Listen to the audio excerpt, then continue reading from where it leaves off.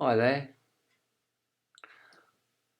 This presentation was prompted uh, by a conversation I was had with somebody concerning COVID-19 and the behaviour of the populace. And this person said a very disparaging word about people in general. He said people are nice enough, but they are this disparaging word which he used. And and derogatory word, I might add. I think by which he meant people are stupid, and in Gnostic terms and in Hindu terms, people have ignorance. The darkness of ignorance clouds over humanity. For example, I live in Ireland, which is now seeing the highest rate of infection by COVID-19, perhaps one of its variants that's ever been seen. And the medical services are completely beginning to be overwhelmed, and it's all complete crisis and a disaster, caused by the fact that even though people were told on no account have all your family and friends over for Christmas. They did just that on the whole, and brought people back from abroad to boot, which is kind of an Irish custom, in fact, to bring all members of the family together from all over the parts of the world, because as you know, everywhere in the world there's an Irishman or an Irish woman, and they all have to be brought back for Christmas. And it's kind of a cultural tradition, and there's no more to be said about it. And we don't care about COVID-19 or government telling us anything. We are going to have our family back from abroad for Christmas. End of stop. End of story. And of course, a lot of travellers also in Ireland, they bring all their family together back, for a Christmas bash, and say no more about it. So, of course, now a bitter harvest is being reaped from that behaviour. And another example is I've seen people, are supposed to wear masks, everywhere in public, and people take off their masks to speak to one another and then put them back on again. Which rather defeats the entire objective.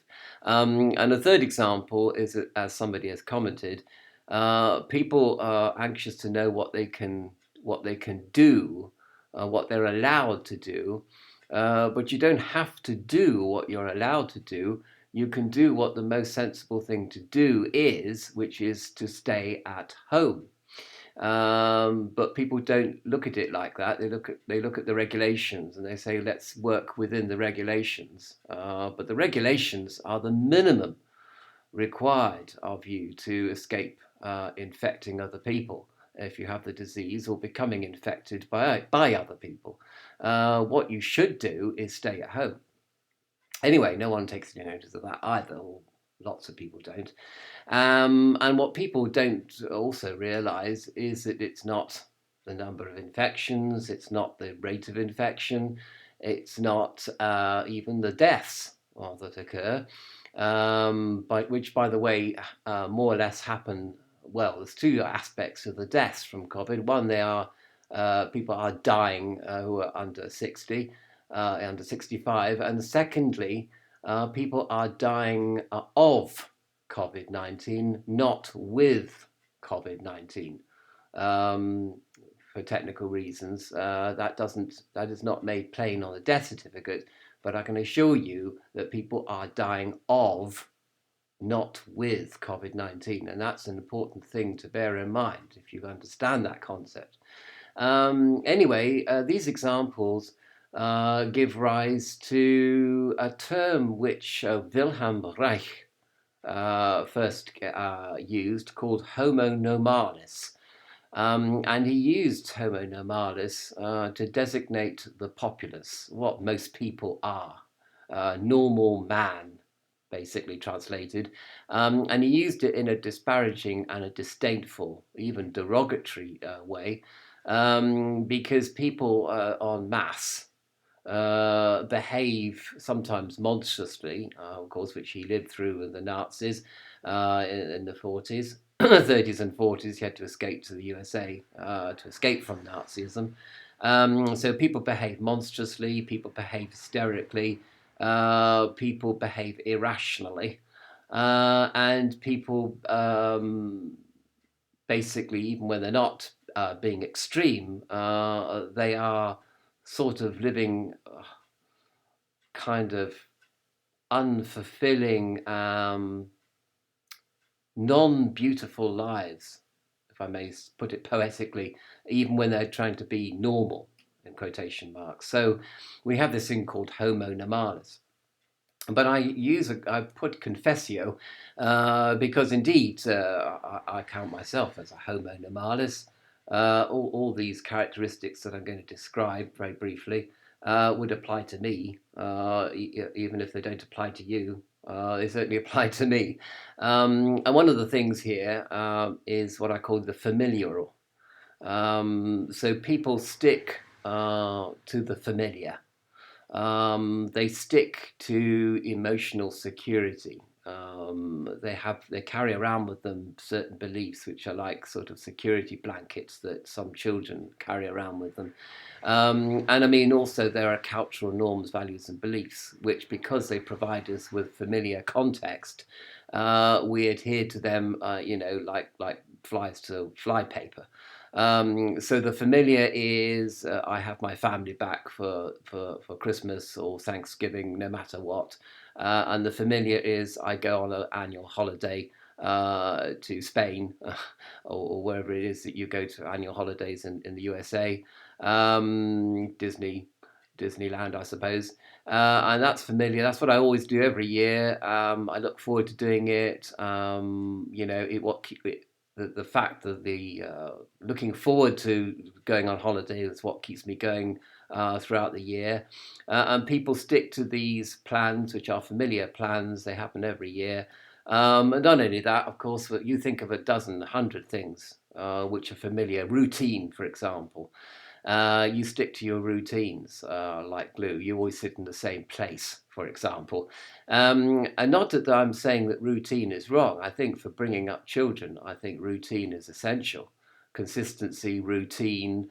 I think the familiar, establishing the familiar in children is very, very, very, very important for behavior management. Talking of children, of course, we come right down here to the instinctual, which is basically, if a child is annoying you, you hit it. Uh, that's the instinctual thing to do, and even the familiar thing to do. But it's certainly the instinctual thing. Anybody who, you have an instinctual, sorry, I've gone the wrong way, instinctual reactive mind, which I put actually in the fire quadrant here, because it's literally, instinct is literally the midbrain, or even the hindbrain. And there's no thinking involved, you just simply react, a reactive mind here in the fire quadrant. And I put the familiar, of course, in the emotion quadrant, because again, emotional security is what we're after here by cleaving to the familiar. And so yes, coming down to here, we have the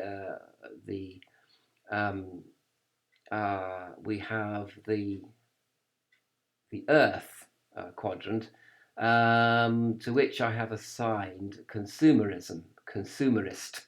People are consumerists. I was going to put addictive, but I think it's a bit harsh because addictive is more serious. Consumerist is basically, instant gratification. I want something, I've got to have it. And if I can't afford it, I get frustrated and angry about that. But I've got to have it. I also could have put here acquisitive and aspirational. A whole of advertising is based on aspiration. You would present the person who has the product or service as somebody who is rich or successful, or a good mother or a good father or whatever, a good parent, or a good person to be around, and you aspire to be that. So you respond to the advert on the emotional consumerist level. And of course, we all want more of something, and we also want the same as something, which connects us again back to the familiar. With familiar consumerism is what we cleave to for emotional security. And of course, many videos on YouTube have talked about consumerism in all its many nuances. Short-termist, I've got here ascribed to air. Short-termism, people, uh, people just again they never ask the question what if, um, and people sort of plan short term, but they never plan long term. I have a lot of sympathy for this because you put a nest egg away of money, and then in 2008, 40% of that money has disappeared through the incompetence of money investors. So as John Lennon says, life is what happens to you when you're busy making other plans. So you make short-term plans or you make long-term plans, and then suddenly something comes along which you didn't expect, and life kicks you in the teeth. To which, of course, you react strongly and angrily, and you lose your temper over an unexpected change of plans or an unexpected banana skin in your way. But generally speaking, people think in short term. What can I get away with in life? I don't sort of ask the question, what if? I don't make plans. I just try to hold on to the same plans that I had last year, which of course leads us back to familiar. And you'll see that all these elements are connected together, as I've shown here. And the whole system is irrational. And the rationality is in two forms. I've got here causes rather than effects. So effects rather than causes. We don't ever look for why things are happening. We just look at we look at the fact that things are happening. We never ask why are they happening. And then again, irrational as perception and cognition. What we believe is true, as the song says. You have your little belief systems which you hold on to, which are based on misconceptions and a miscognition. And we go into the sort of cognitive behavior therapy here. Ideas, you never test your theories. You have a theory about somebody who dislikes you, but you've never tested that theory. How do you know that they dislike you? You never bother to find out. You just believe that they do, and then you react to them as if they don't like you, and then of course they don't like you. So it's a self-fulfilling prophecy. And so we are deeply irrational creatures, and we keep the rabbits poor, and we have all sorts of superstitious rubbish attached to our belief systems as well. Nothing is tested, nothing is tried or tested. We don't know anything, we just think that we know, which is, of course, Plato's definition of a fool. So we are fools, we are irrational, we are short-termist, we're instinctual, we're reactive, we're familial. Um, we want emotional security at all costs, and we're definitely consumerist. And that's everywhere in the world. It used to be like Westerners are consumerist, but by God, consumerism is literally a pandemic, if you'll pardon the pun, or even if you don't. Anyway, the thing is that what has all this got to do with Gnosticism? Well, I think I say that I confess to having all these characteristics and thinking all these things and having belief systems which are essentially irrational. And you could say that a belief in God is the most irrational of all these characteristics that I've described, and a stupid, ridiculous belief system which cannot be tested by any means. Of course, the thing about being irrational is that often it's very hard to prove a negative. So it's hard to prove that God does not exist, even if you can't prove that God does exist. So there's a sort of 50-50 Pascal's wager. There's a 50% chance that God does exist, even if we can define what the word exist means, which we may not, in fact, be adequately able to do. So we don't know what exist means. We have beliefs about what the word exist could mean, but again, those are not even tested, so we don't really know. And we have a 50% chance of being right or wrong about anything that we believe or anything that we know.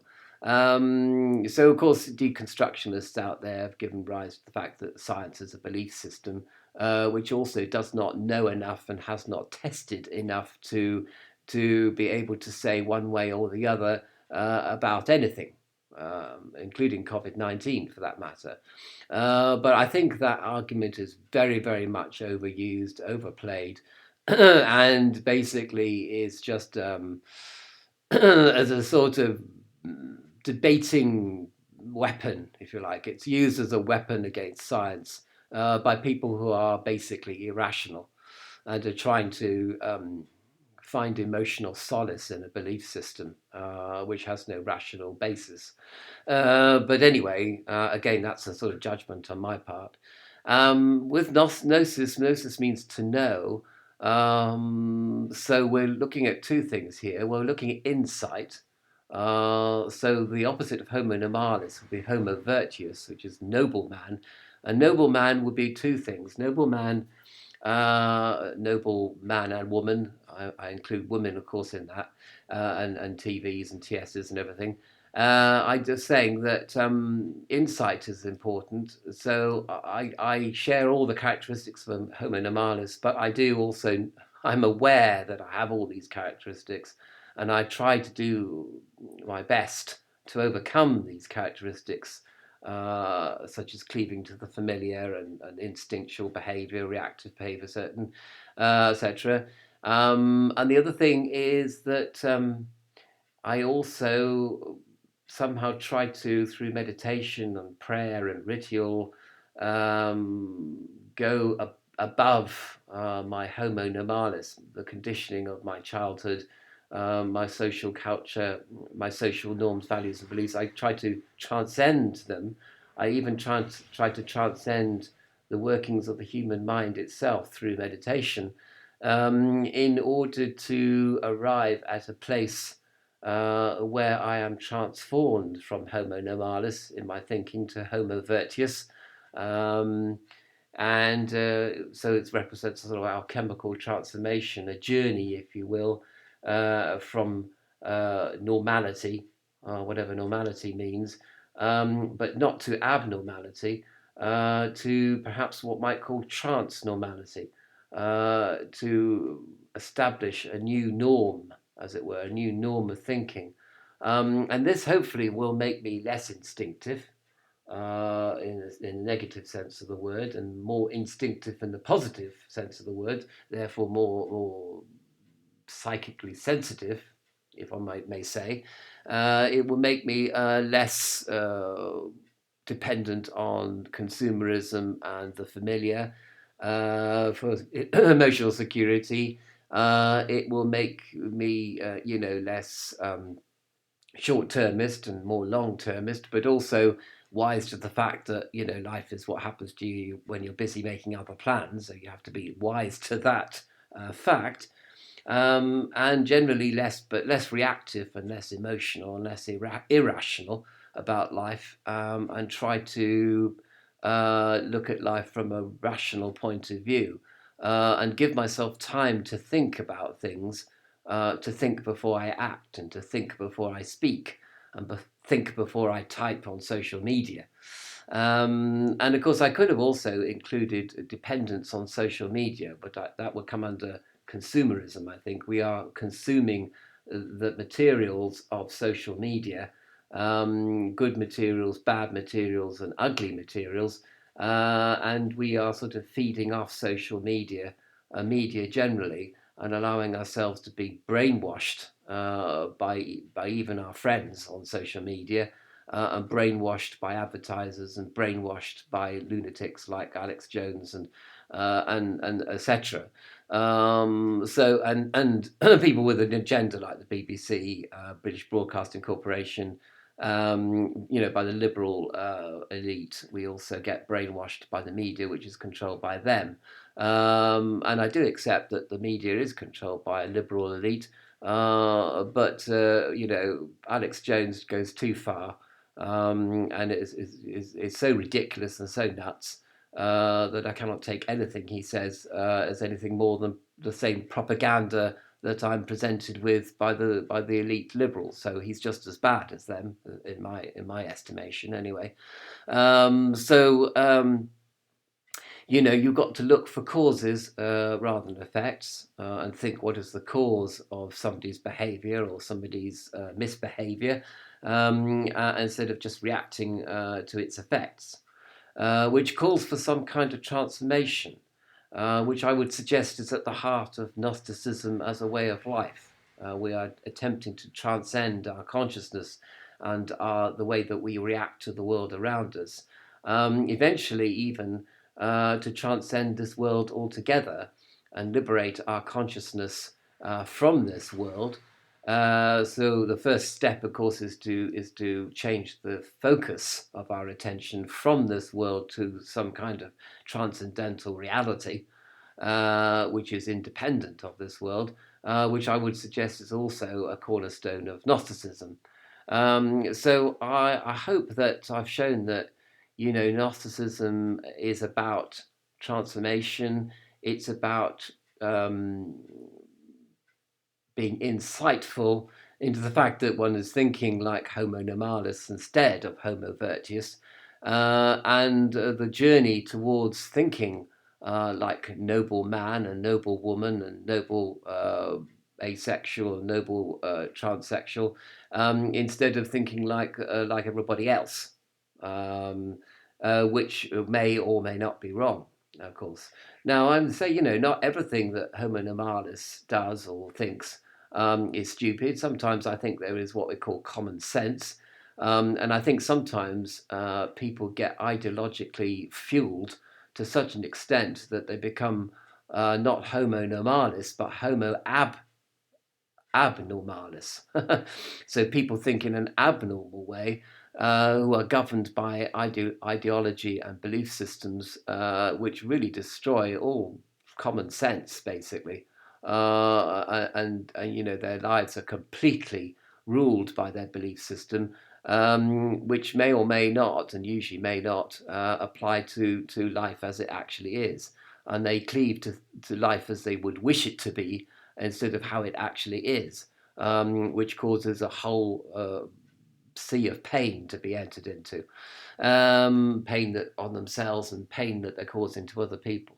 So, homo normalis, mixture of good and bad, homo abnormalis, complete insanity, and homo virtuous, which is a transcendental state of consciousness, which is not that, you don't arrive at that transcendental state, because if you arrived at it, you would quickly become a sort of homo abnormalis person, because you become sort of disconnected from the roots of your consciousness, which are this earth. But you see it as a journey after transcendentalism, a journey after homo virtuous. You don't ever reach it, because you can't reach it in this world. You can only reach it when you finally reach the transcendental world, which may happen instantaneously, or may happen over billions and billions of years of spiritual evolution. Who can say? Or both. But the important thing, I suppose, is insight. This video hopefully will give you insight, at least, into the problems, which may not be problems, the process of adaptation to the problem of existence. And these adaptations may or may not exist, may not work, of course. And the dog is barking, which means I have to stop.